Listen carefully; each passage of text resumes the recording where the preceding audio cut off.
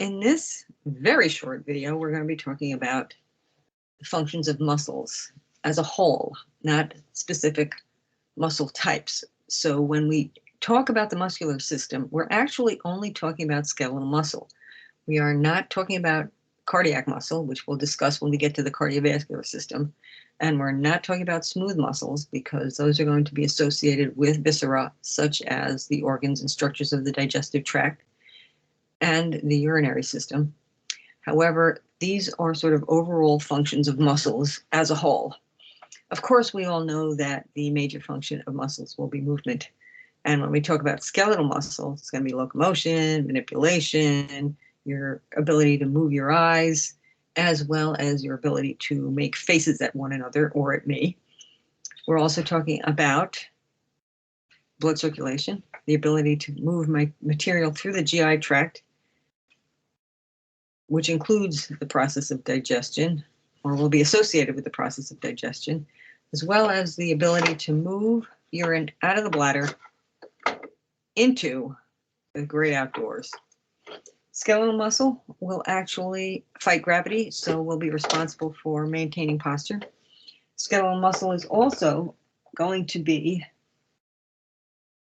involved in joint stability because the stronger the muscles are on either side of a joint, the more stable that joint will be. We talked a little bit about that when we discussed articulations. You already know that shivering thermogenesis is a way that we help maintain heat in the body when it's cold out, but muscles in general are not terribly efficient in terms of using ATP for contraction, so we lose a lot of that ATP to heat. In addition, muscles will support soft tissue.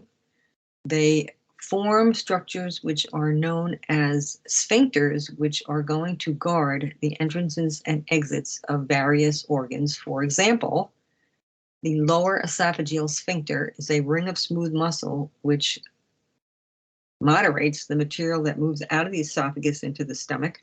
At the distal end of the stomach, we have the pyloric sphincter, which will control the material that moves out of the stomach into the small intestine. And there are a couple of others that we'll learn as we go through the rest of these systems. In addition, muscles can store nutrients. Wait, what? Yeah, sure enough. If you are deficient in protein, you will start to break down skeletal muscle to release amino acids. Second slide here is a chart which tells you pretty much the same information, except in chart form, for those of you who are a little bit more visual.